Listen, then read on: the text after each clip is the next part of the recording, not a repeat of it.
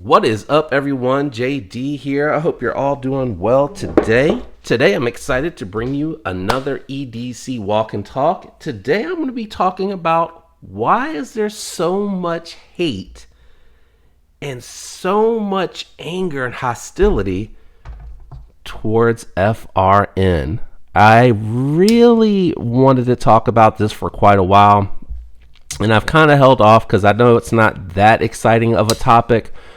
But I really do get baffled and confused at why people, when they refer to the Grivery and the FRN and GRN scales that manufacturers use on a knife to help bring the cost down, but when they're doing it at a high quality product.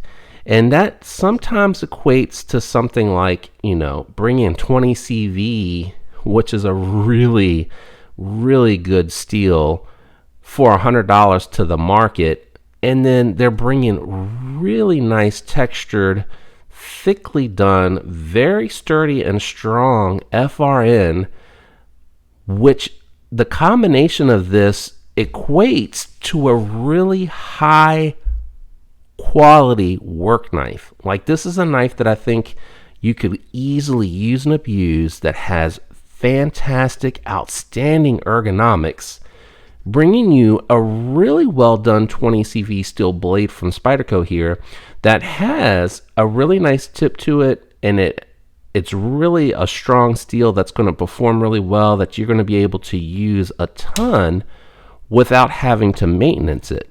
And even if you get their VG10 Delica 4, like their entry-level Delica 4, their VG10 is done so well and has such a good edge that even if you're just constantly opening packages and getting into things, this steel is going to hold up really well. And even if you're doing it at a high volume or a high clip, you can carry a field sharpener from Worksharp, and just a few strops on the ceramic rod are probably going to get this right back in the game. The thing that kills me is that when I think about the way that people perceive this, it's not titanium, it's not micarta. Hell, I've even people said that they rather have G10 than FRN.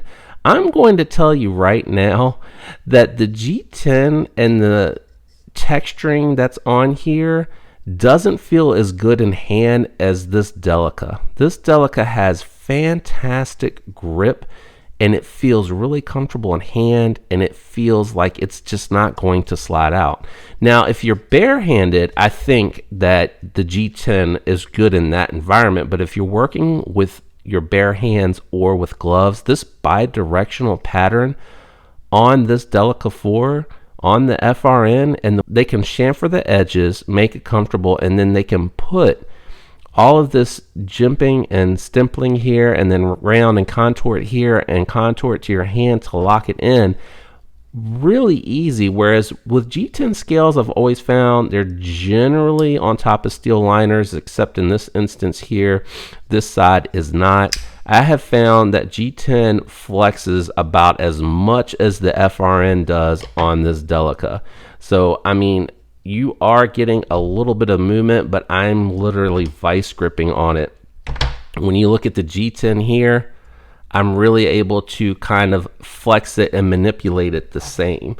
So now I know with G10 you can get the jade and you can dye it whatever color you want, but I've seen where you can do that with the lighter color FRN handled on the Delica 4.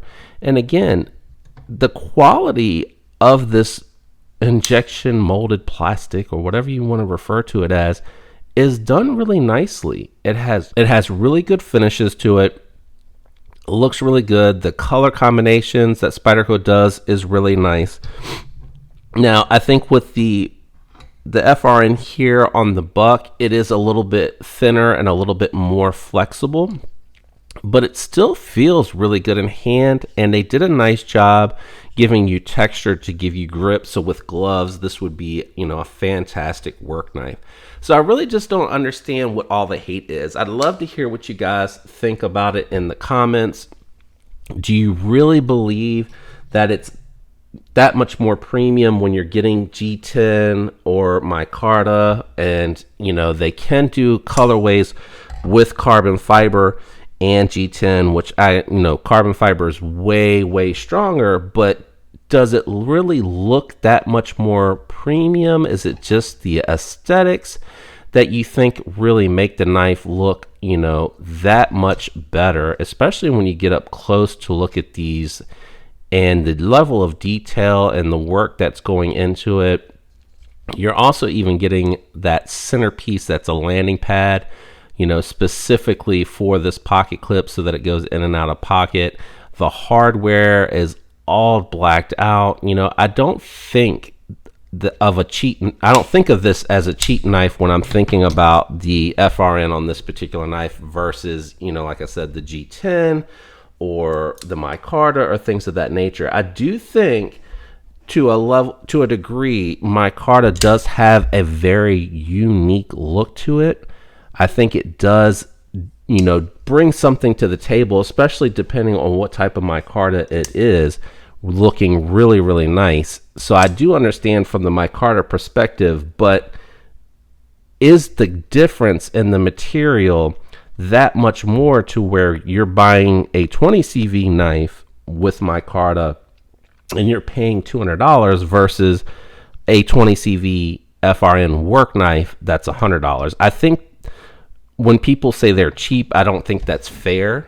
I don't feel like when I get the knife in hand that it's cheaply made or that it's going to break apart or fall apart. I feel like it's a very high quality piece, and it just kind of it's upsetting to hear people say, oh, it's so cheap. It's just a cheap piece of junk. And it's really not. It's very well made. It's heavily reinforced.